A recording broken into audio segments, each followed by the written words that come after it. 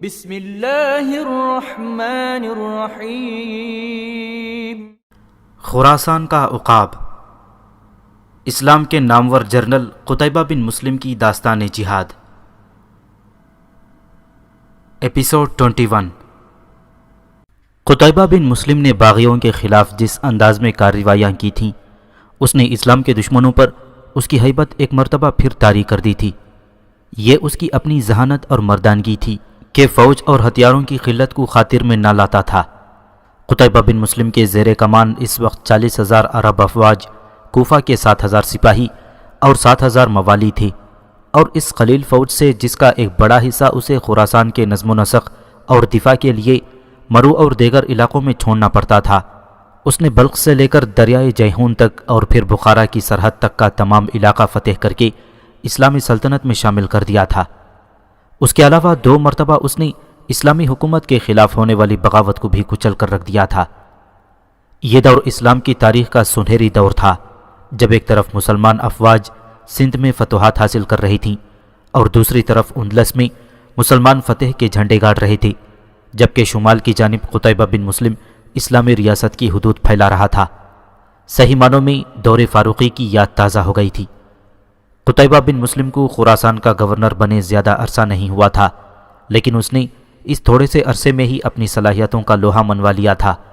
ایک مرتبہ حجاج نے قتیبہ بن مسلم کے بارے میں کہا تھا، وہ جب خراسان گیا تھا تو نہ تجربے کار تھا اور سرکش گھوڑے کی مانند تھا جسے صرف چابک کی زبان میں سمجھایا جا سکتا تھا، لیکن گزشتہ عرصے میں وہ بہت کچھ سیکھ چکا ہے، بلکہ علم اور تجربے میں وہ مجھ سے بھی آگے نکل گیا ہے، اور میں ابھی تک وہیں کا وہی ہوں۔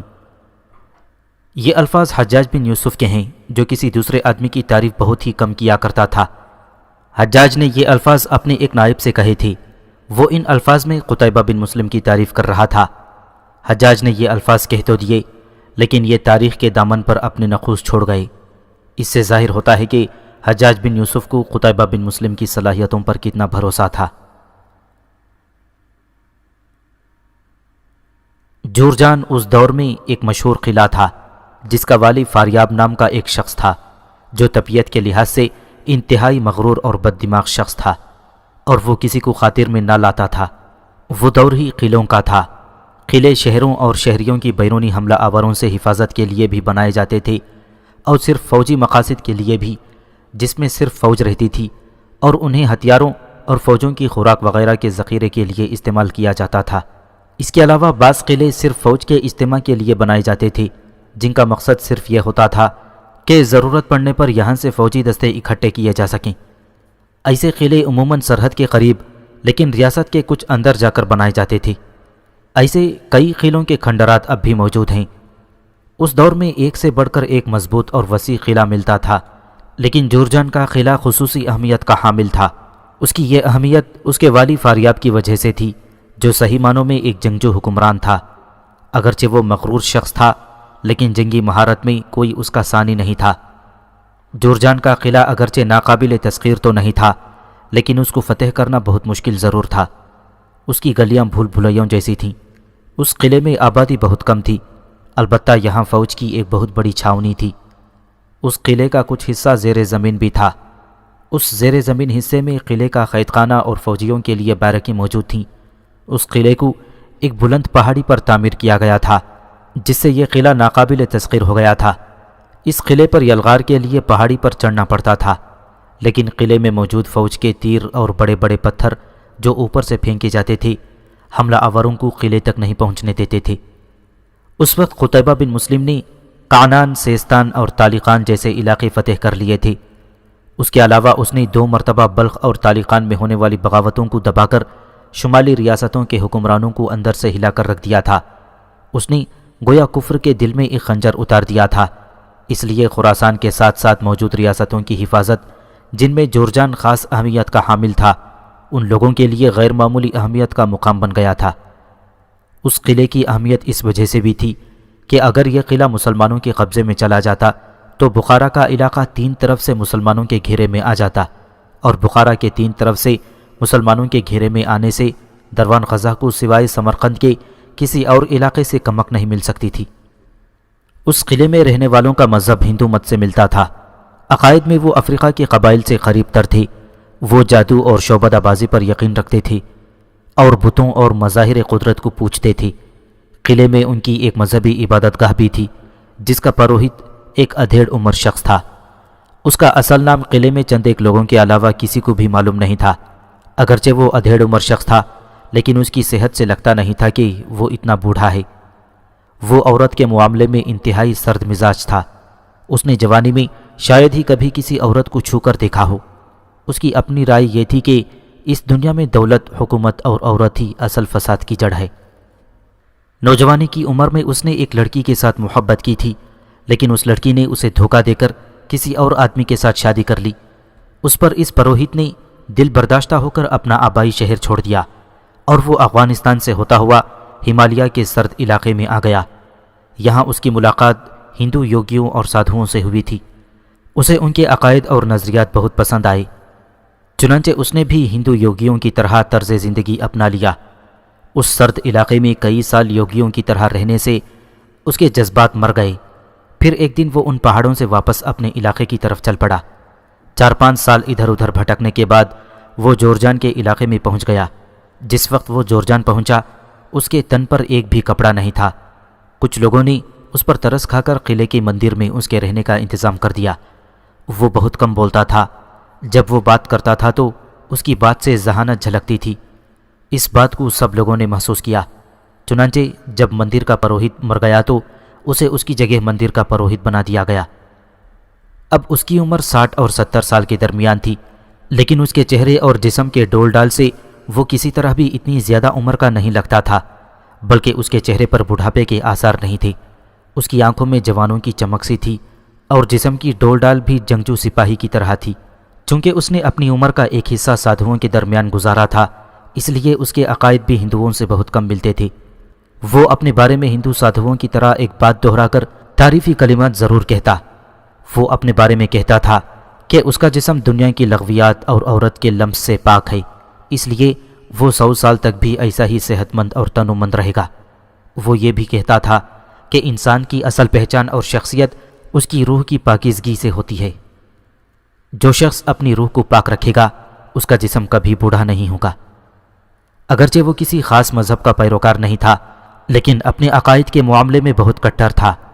اس کے لہجے میں مٹھاس اور ایک خاص قسم کا اثر تھا، چنانچہ جب لوگوں سے بات کرتا تھا تو لوگ مسحور ہو جاتے تھے۔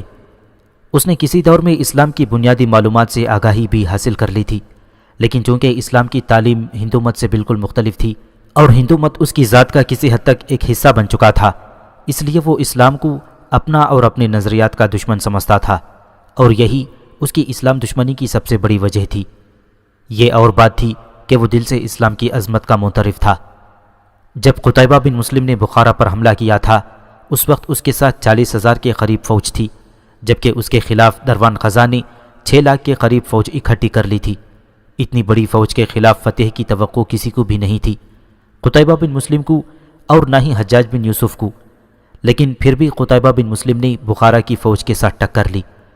اس جنگ میں مسلمانوں کو اگرچہ شکست ہوئی تھی، لیکن قتیبہ بن مسلم جس طرح اپنی فوج کا ایک بہت بڑا حصہ بچا لایا تھا وہ اس کی مہارت کا ثبوت تھا۔ اگرچہ اس جنگ میں مسلمانوں کو شکست ہوئی تھی لیکن قتیبہ بن مسلم بخارا کی فوج کی لڑنے کی صلاحیت دیکھ چکا تھا۔ اس کے فوراً بعد مسلمان فوج نے ایک قلعہ اور طالقان میں ہونے والی بغاوت کو دبا دیا تھا، جس سے بخارا میں ہونے والی شکست کے آثار ختم ہو گئے اور مسلمان فوج پر چھا جانے والی عارضی مایوسی بھی ختم ہو گئی۔ اس کے علاوہ طالقان میں ہونے والی بغاوت کو چل جانے سے اسلام کا کانٹا کفر کے دل میں دور اندر تک اتر گیا۔ جب مسلمانوں کی فتوحات کی خبریں جورجان کی پروہت کو ملیں تو اس کی راتوں کی نیندیں حرام ہو گئیں۔ اسے مسلمانوں کی فتوحات کی اطلاعات کے ساتھ ساتھ یہ خبریں بھی ملی تھیں کہ اب مسلمانوں کے راستے میں کوئی بھی رکاوٹ نہیں ہے اور وہ سیدھے بخارا پر حملہ کر سکتے ہیں۔ اس کے علاوہ اسے یہ اطلاعات بھی ملی تھیں کہ خراسان کے ارد گرد موجود غیر مسلم ریاستوں کے بادشاہ قتیبہ بن مسلم سے خوفزدہ ہیں اور وہ اسلامی فوج سے لڑنے سے کترا رہے ہیں۔ ان تمام اطلاعات نے اسے بے چین کر دیا۔ وہ اسی وقت جورجان کے والی فاریاب کی طرف چلا گیا۔ فاریاب اس کی بہت عزت کرتا تھا۔ اس نے اسے مہمان خانے میں بٹھایا۔ کہیے محترم پروہت، آپ کیسے آئے؟ فاریاب نے کہا۔ میں ایک بہت ضروری کام کے سلسلے میں آیا ہوں، میں بہت پریشان ہوں۔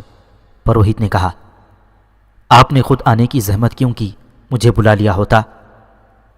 نہیں، مجھے جو اطلاعات ملی ہیں انہوں نے مجھے اس قدر بے چین کر دیا ہے کہ مجھے خود تمہارے پاس آنا پڑا۔ آپ کن اطلاعات کی بات کر رہے ہیں؟ تم جانتے ہو کہ مسلمانوں نے ایک نئے قلعے کے بعد تالیخان میں ہونے والی بغاوت کو بھی کچل دیا ہے۔ اس طرح انہوں نے بخارا میں ہونے والی شکست کے آثار دھو کر ہماری افواج پر ایک مرتبہ پھر اپنی ہیبت طاری کر دی ہے، اور اگر یہی حال رہا تو وہ جلد ہی ان علاقوں میں بھی قابض ہو جائیں گے جہاں ہم بیٹھتے ہیں۔ مجھے اس بات کا پورا احساس ہے، فاریاب نے کہا، لیکن اس سلسلے میں اکیلا کیا کر سکتا ہوں؟ مجھے ان تمام ریاستوں کے بادشاہوں کی مدد کی ضرورت ہے جو مسلمانوں کو اپنا مشترک دشمن سمجھتے ہیں۔ تم اس بات کی فکر نہ کرو، ان سب ریاستوں کو تمہاری مدد کے لیے آمادہ کرنا تم میری ذمہ داری سمجھو، پروہت نے کہا۔ لیکن ان میں اکثر ریاستیں ایک دوسرے کی دشمن ہیں اور ایک لمبے عرصے سے ایک دوسرے سے لڑتی چلی آئی ہیں، فاریاب نے کہا۔ جب تک ایک بڑا دشمن ان سب کے سر پر موجود ہے، یہ لوگ آپس میں لڑنے کی حماقت ہرگز نہیں کر سکتے، اور رہی ان ریاستوں کے بادشاہوں کو ایک مشترک دشمن کے خلاف ایک جگہ اکٹھا کرنے کی بات، تو یہ کام میں کروں گا، پروہت نے کہا۔ اگر آپ کی یہی مرضی ہے تو ٹھیک ہے، ورنہ مجھے امید نہیں کہ یہ سب بادشاہ ایک جگہ اکٹھے ہوں گے۔ یہ تم سوچ رہے ہو، مگر میرا خیال کچھ اور ہے، پروہت قدرے مسکرا کر بولا۔ پروہت کی کوششوں سے چند دنوں بعد ارد گرد کی چھوٹی چھوٹی ریاستوں کے بادشاہ ایک جگہ اکٹھے ہو گئے۔ یہ گزشتہ 50 سال میں پہلی مرتبہ تھا جب یہ سب بادشاہ ایک جگہ اکٹھے ہوئے تھے، اور یہ سب پروہت کی کوششوں کا نتیجہ تھا۔ وہ سب ایک وسیع کمرے میں موجود تھے، اور اس کمرے میں صرف پروہت کی آواز گونج رہی تھی۔ وہ کہہ رہا تھا کہ تم سب نے آپس کی دشمنی اور عیش و عشرت کا نتیجہ دیکھ نہیں لیا، یا ابھی بھی تم سب کو کسی اور بھیانک انجام کا انتظار ہے؟ مسلمان فوج ہر جگہ ہم لوگوں کو شکست دیتی چلی آ رہی ہے، اور یہ صرف اس وجہ سے ہے کہ ہم سب ابھی تک الگ الگ ہیں۔ تم نے دیکھا نہیں، بخارا میں ہم سب اکٹھے ہو کر لڑے تھے تو مسلمان فوج کس طرح شکست کھا کر بھاگی تھی۔ لیکن تم کیا دیکھ سکتے ہو؟ تم لوگ تو اپنے محلات کو جنت کی طرز پر آباد کرنے کے عادی ہو گئے ہو۔ تم عورت کے رسیا ہو، عورت تمہارا دین ہے، اور تو اور تمہیں جگانے کے لیے، تمہیں سلانے کے لیے، اور حتیٰ کہ تمہیں نہلانے کے لیے بھی عورتیں مقرر ہیں، اور ایسی عورتیں جن کا حسن بے مثال ہے اور جو بے حیائی میں لاجواب ہیں۔ پانی کی جگہ تم شراب پیتے ہو۔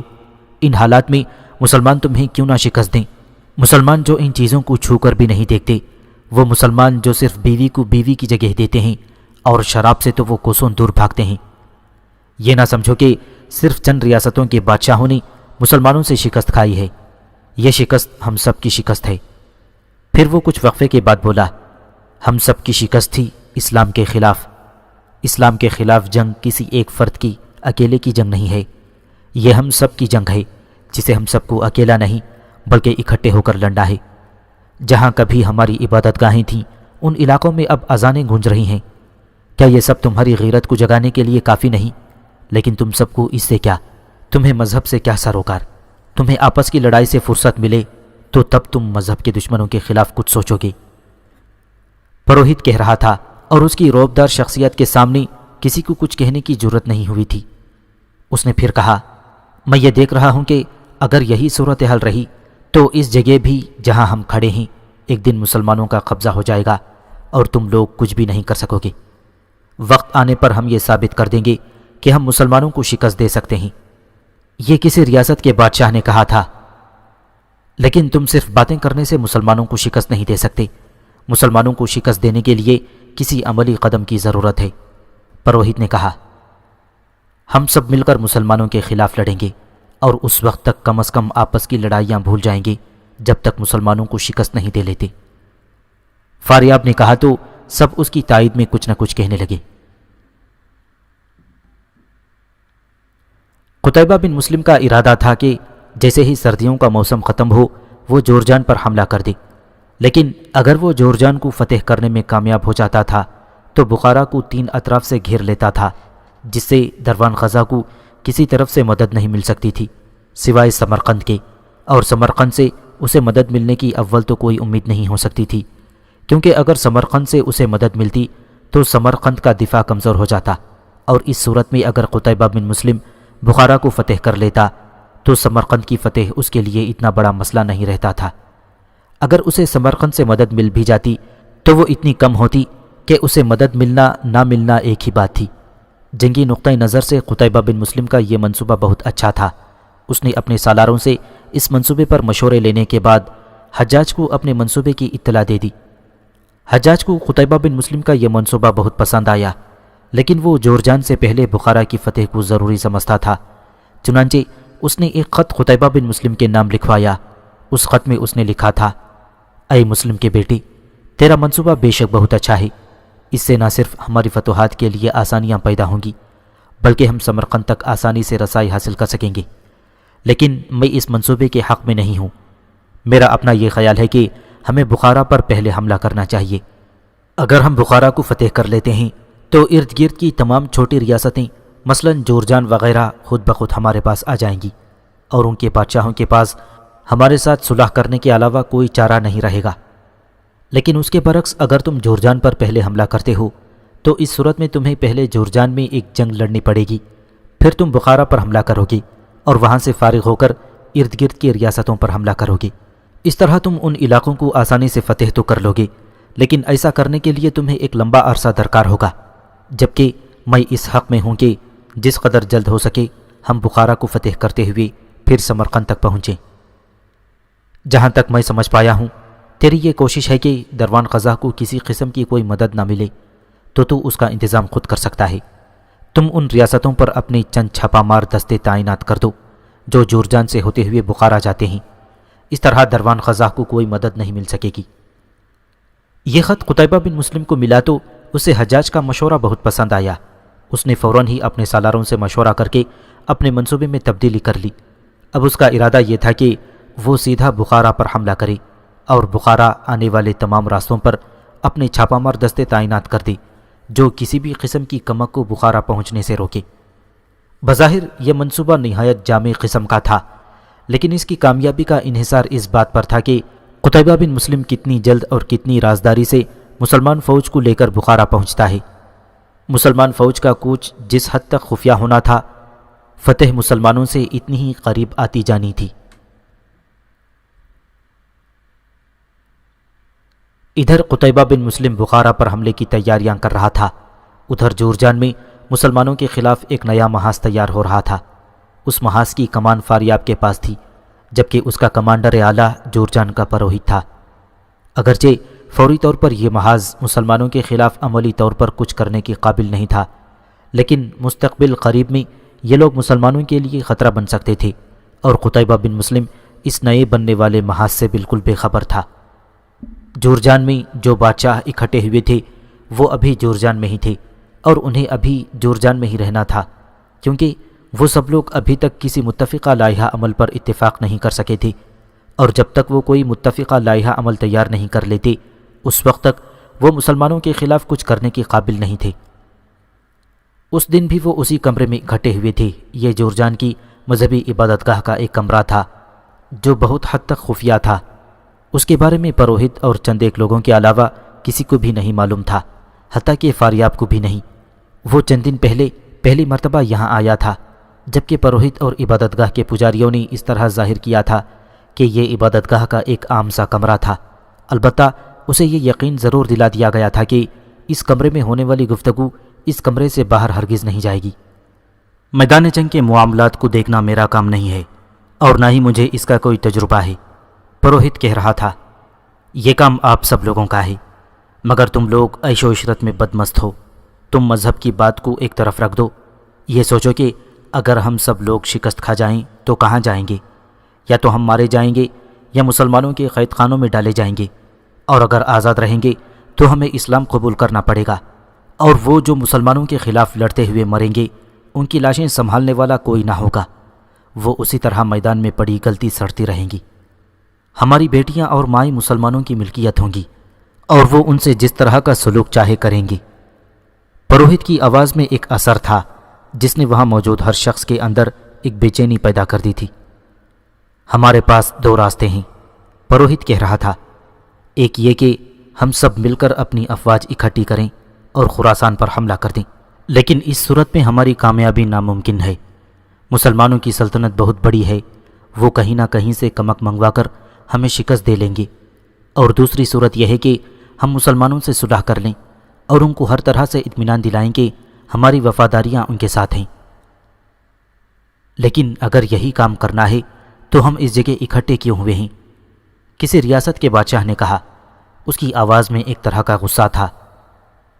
تم نے میری پوری بات نہیں سنی، پروہت نے ناراضگی سے اس کی طرف دیکھتے ہوئے کہا۔ ابھی میں نے اپنی پوری بات نہیں کی۔ سنو، مسلمانوں سے صلح کرنے سے ہمیں فائدہ یہ ہوگا کہ ہم اپنی طرف سے انہیں مکمل اطمینان دلوا سکیں گے۔ جب وہ ہماری طرف سے مکمل طور پر مطمئن ہو جائیں گے تو اس وقت ہماری کارروائیوں کے لیے موزوں وقت ہوگا۔ ہم مکمل طور پر سامنے نہیں آئیں گے۔ ہمارا کام صرف اتنا سا ہوگا کہ ہم خراسان کے اندر امن و امان کا مسئلہ کھڑا کر دیں گے اور یہ ظاہر کریں گے کہ خراسان میں امن و امان کی صورتحال بگڑنے کی اصل وجہ قتیبہ بن مسلم کی نااہلی ہے۔ مسلمان ایک طرف سے شک میں پڑنے لگیں گے اور یہی وہ وقت ہوگا جب ہم اسلامی ریاست کے خلاف بغاوت کر دیں گے۔ مسلمان اپنے اندر اٹھنے والے امن و امان کے مسئلے سے نمٹنے میں مصروف رہیں گے اور ان کے پاس یہ فرصت نہیں ہوگی کہ وہ باغیوں سے جنگ کر سکیں۔ یہ ایک بہت بڑا منصوبہ تھا جو مسلمانوں کے خلاف بن رہا تھا، اور یہ منصوبہ ہر لحاظ سے جامع تھا۔ پروہت کی بات ٹھیک تھی کہ اسلامی ریاست میں امن و امان کا مسئلہ پیدا ہونے سے مسلمان بیرونی سازشوں سے نمٹنے کے قابل نہیں رہیں گے۔ یہ بالکل اسی قسم کی سازش تھی جس طرح کی سازشیں امت مسلمہ کے درمیان ہر دور میں رہی ہیں۔ مسلمانوں کو آپس میں لڑنے سے ہی فرصت نہیں، وہ بیرونی خطرات کا مقابلہ کیسے کریں گے؟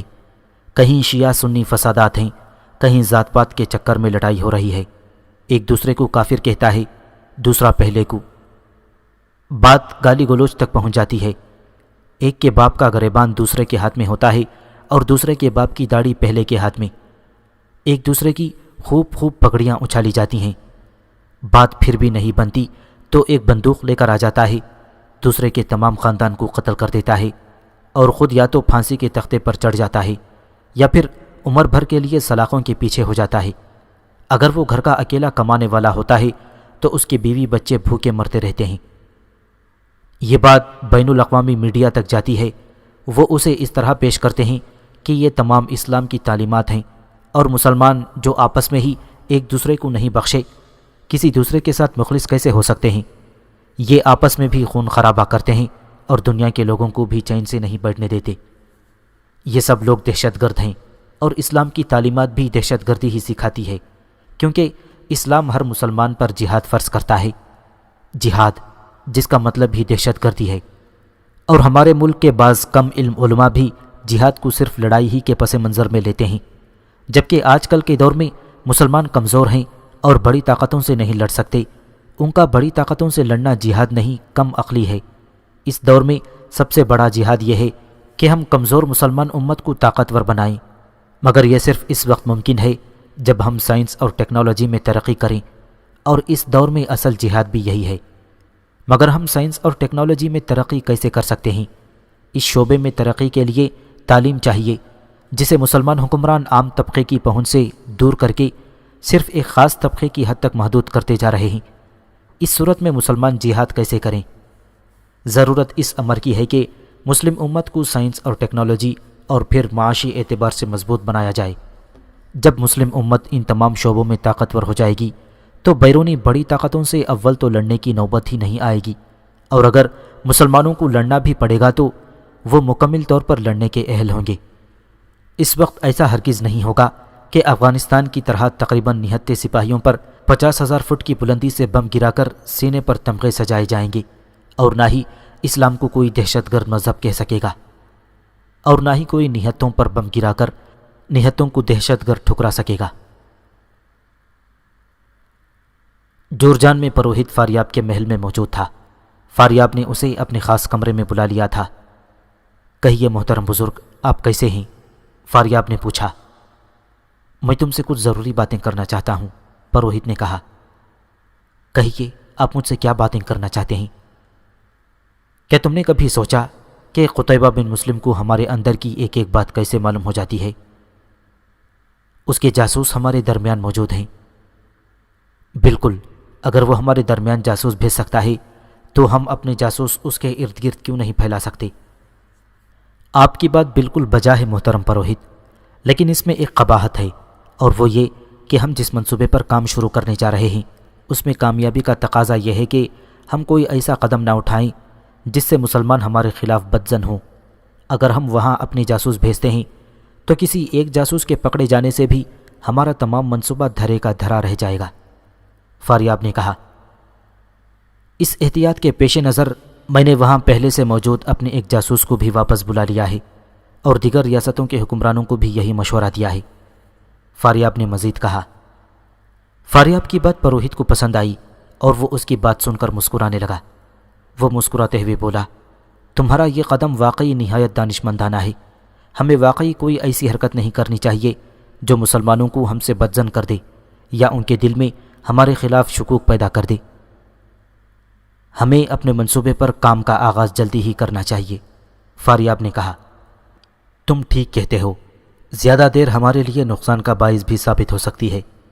پروہت نے کہا، ہمیں اپنے منصوبے میں یہ بات بھی شامل کر لینی چاہیے کہ ہمیں اپنی ریاستوں کی آبادی میں مسلمانوں کے خلاف نفرت اور خوف پھیلانا ہے، لیکن یہ سب کام حکومتیں نہیں، ہر ریاست کی حکومت کی خفیہ اہلکار کریں گے۔ اس سلسلے میں ہمیں سب سے زیادہ خوفزدہ عورتوں کو کرنا ہوگا اور انہیں یہ یقین دلانا ہوگا کہ مسلمان ان کی عصمتوں سے کھیلنے سے کسی صورت بھی باز نہیں آئیں گے، اور ہم اس نفرت کو مسلمانوں کے خلاف بغاوت کے دوران استعمال کریں گے۔ فاریاب نے ہنستے ہوئے کہا، ہمیں عوام سے مدد کی اپیل بھی کرنا ہوگی تاکہ ہم اپنی افواج کو مزید بہتر کر سکیں اور نئے ہتھیار خرید کر پہلے سے ہی اپنے اسلحہ خانے میں بھر لیں۔ فاریاب نے کہا تو پروہت نے جواب میں صرف سر ہلا دیا۔ وہ ایک جنون اپنی رعایا پر طاری کرنے جا رہے تھے، اور اس جنون نے ایک آتش فشاں پہاڑ کی شکل اختیار کر لینی تھی جس کے اندر لاوا ابل رہا ہونا تھا، جو کسی وقت بھی پھٹ سکتا تھا اور مسلمانوں کے لیے نقصان کا باعث بن سکتا تھا۔ قتیبہ بن مسلم فوج کے ساتھ مرو سے باہر موجود تھا۔ وہ فوج کو اگلی لڑائی کے لیے تیار کر رہا تھا، اس لیے اس نے بہتر سمجھا تھا کہ مرو سے باہر فوج کو جنگی مشقوں میں مصروف کر دیا جائے۔ یہ ساری فوج بخارا میں ہونے والی جنگ میں اس کا کل سرمایہ تھی۔ اس نے اس فوج سے چند دستے علیحدہ کر لیے تھے اور انہیں رات کو دشمن کی فوج پر حملہ کرنے کی تربیت دی جا رہی تھی۔ اس کے ذمے یہ بھی کام تھا کہ ان دستوں نے کسی بھی قسم کی کمک کی جو بخارا کی فوج کے لیے آنی تھی راستے ہی میں یا تو روک دینا تھا یا اسے بالکل ہی ختم کر دینا تھا۔ قتیبہ بن مسلم اگرچہ جنگ کی تیاریوں میں مصروف تھا، لیکن وہ اس خوش فہمی میں مبتلا نہیں تھا کہ وہ بخارا میں فتح حاصل کر لے گا، بلکہ اسے اس بات کی توقع تھی کہ اگر اس بار بھی اسے بخارا میں شکست ہوئی تو بخارا کی فوج جواب میں مرو پر حملہ کر دے گی، اور ایسی صورت میں اس کے لیے مرو کا دفاع کرنا بہت مشکل ہو جائے گا۔ اس صورتحال سے اس نے حجاج کو بھی مطلع کر دیا تھا۔ اسے یہ بھی خطرہ تھا کہ اگر وہ بخارا میں شکست کھا جاتا ہے تو بخارا اور اس کے ارد گرد کی ریاستیں متحد ہو کر مرو پر حملہ کر دیں گی۔ ایسی صورت میں مرو کو حملے سے بچانا ناممکن تھا، لیکن قتیبہ بن مسلم کے پاس جو کچھ تھا اس نے اسی سے ہی کام لینا تھا۔ وہ اپنی فوج کو آرام سے نہیں بیٹھنے دیتا تھا، مشقوں میں زیادہ وقت صرف کرتا تھا اور فوج میں ڈسپلن پر زیادہ زور دے رہا تھا۔ اس کے علاوہ فوج میں لڑنے کا جذبہ بیدار کرنے کے لیے اس نے علماء کو بھی فوج کے ساتھ شامل کر لیا تھا۔ یہ علماء فوجیوں کے جذبے کو مزید بھڑکانے میں اس کے لیے مددگار ثابت ہو رہی تھی۔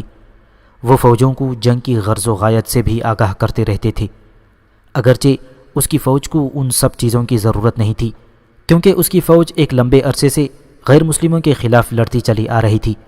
وہ نہ صرف جنگ کا مقصد جانتی تھی بلکہ قتیبہ بن مسلم کے عزم سے بھی واقف تھی۔ اس نے خراسان کے ارد گرد موجود تمام ریاستوں میں اپنے جاسوس پھیلا رکھے تھے۔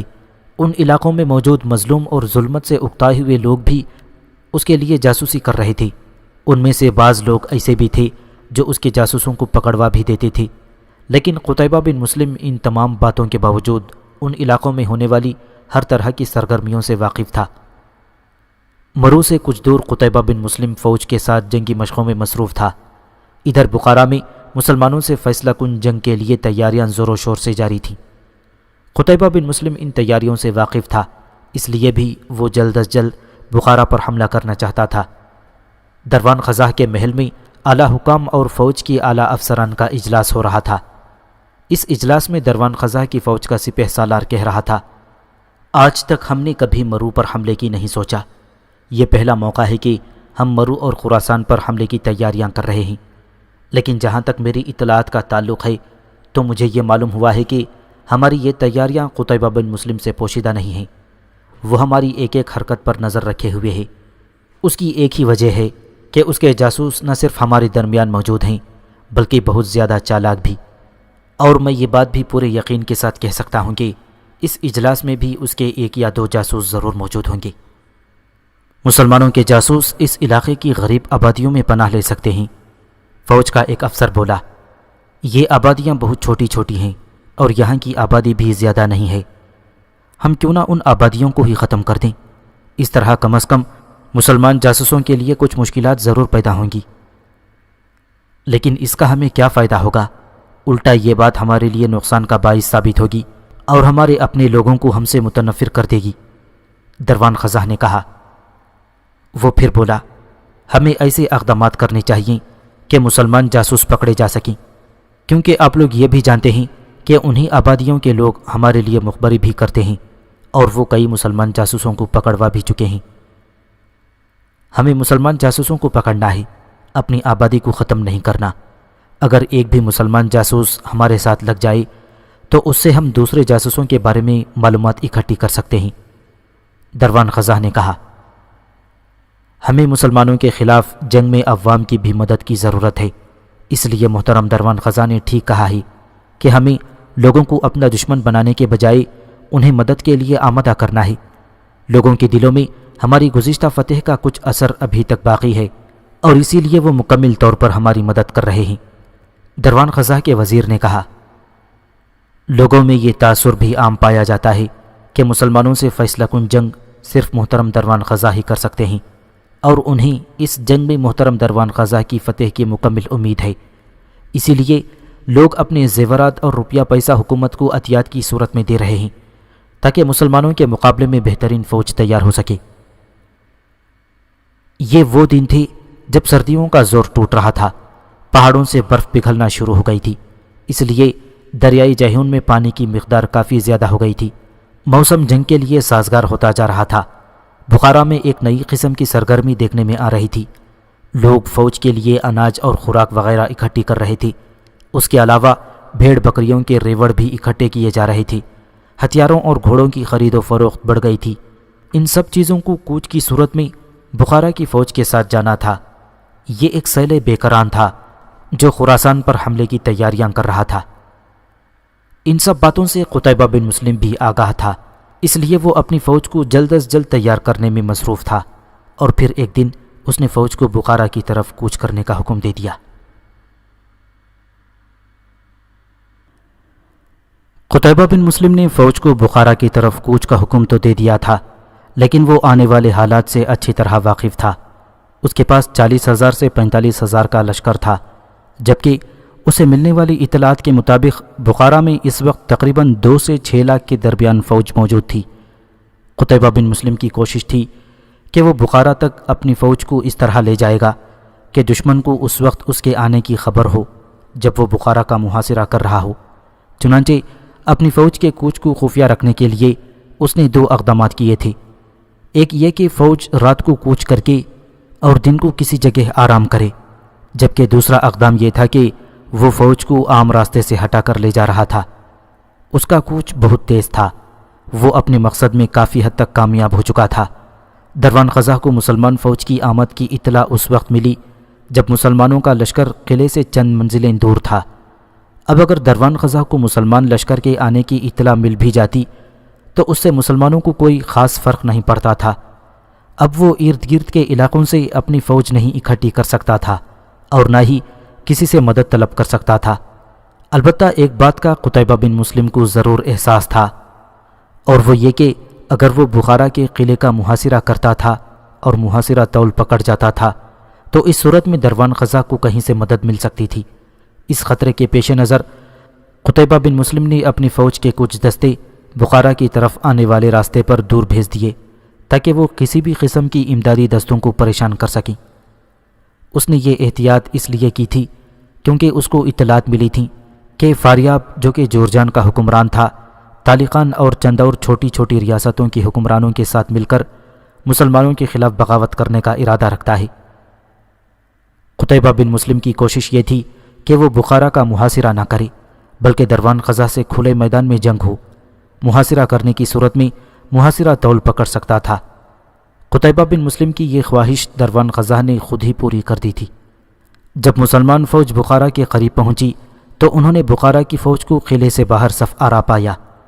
دراصل دروان قضا کو اپنی فوج کی تعداد پر بھروسہ تھا، کیونکہ مسلمان فوج اس کی فوج کے سامنے آٹے میں نمک کے برابر تھی، اور دوسری اہم بات جو دروان قضا کو پر اعتماد کیے ہوئے تھی وہ یہ تھی کہ وہ مسلمان فوج کو پہلے بھی شکست دے چکا ہے۔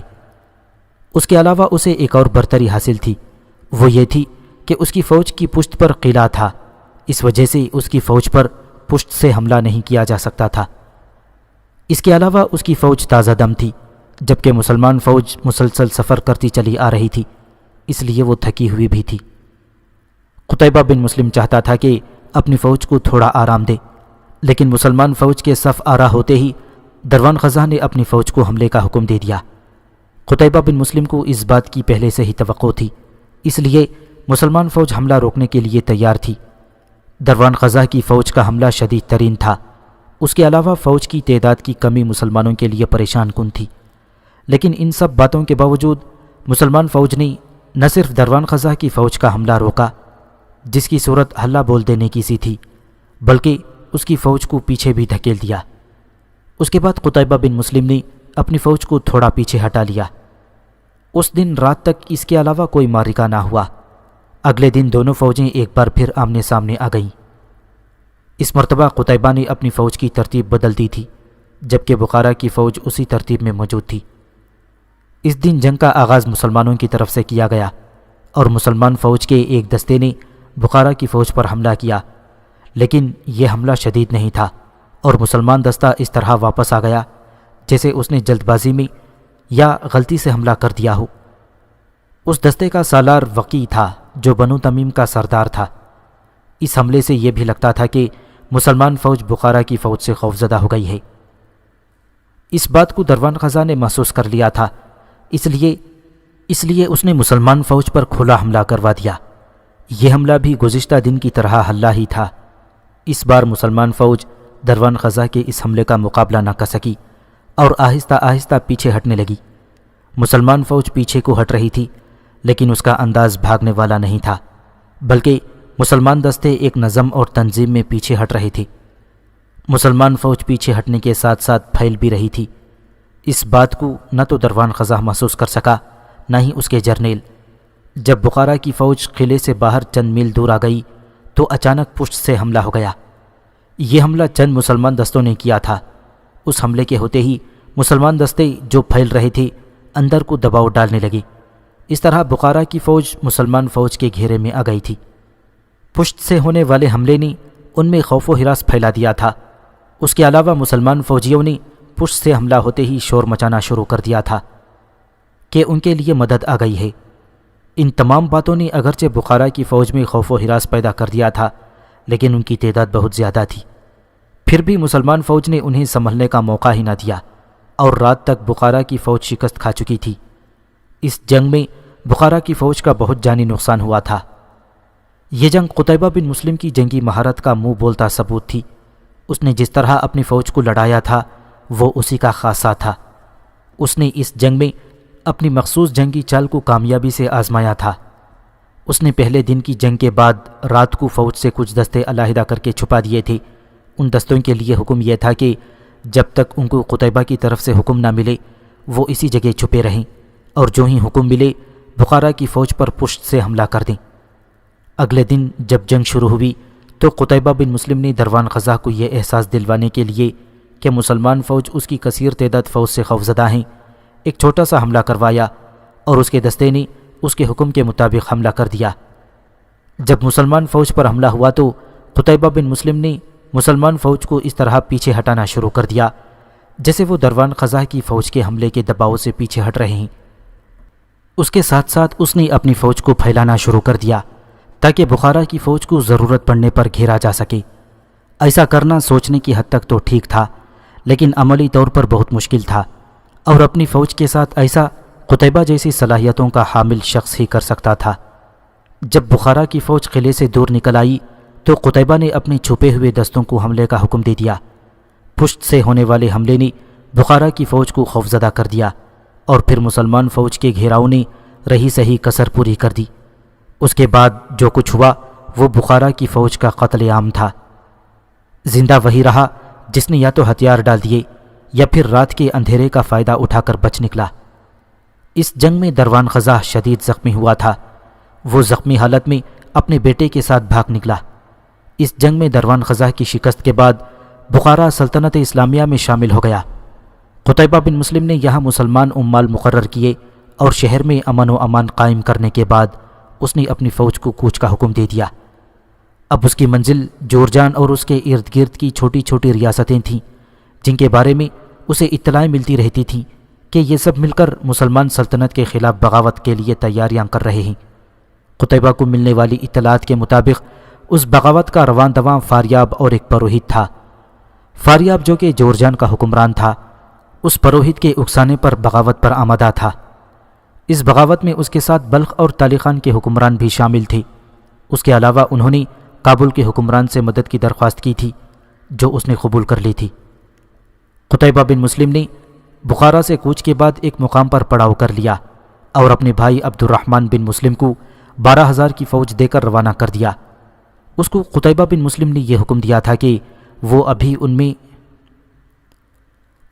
ان میں سے کسی ریاست پر حملہ نہ کرے، بلکہ اپنی فوج کو لے کر بروتان چلا جائے اور وہاں قلعہ بند ہو جائے۔ ایسا حکم قتیبہ نے اس لیے دیا تھا کیونکہ سردیوں کا موسم شروع ہو چکا تھا اور ان علاقوں میں برف باری ہونے والی تھی۔ عبد الرحمن بن مسلم کو روانہ کرنے کے بعد قتیبہ بن مسلم باقی فوج کو لے کر مرو واپس آ گیا۔ عبد الرحمن بن مسلم قتیبہ بن مسلم کی ہدایت کے مطابق 12,000 کے لشکر کو لے کر بروتان چلا گیا اور یہاں قلعہ بند ہو گیا۔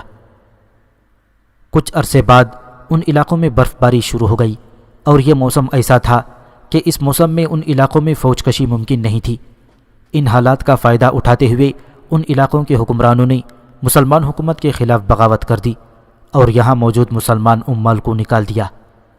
ان تمام باتوں کی اطلاعات قتیبہ بن مسلم کو مل چکی تھیں، لیکن اس نے فوراً کوئی کارروائی کرنا مناسب نہ سمجھا۔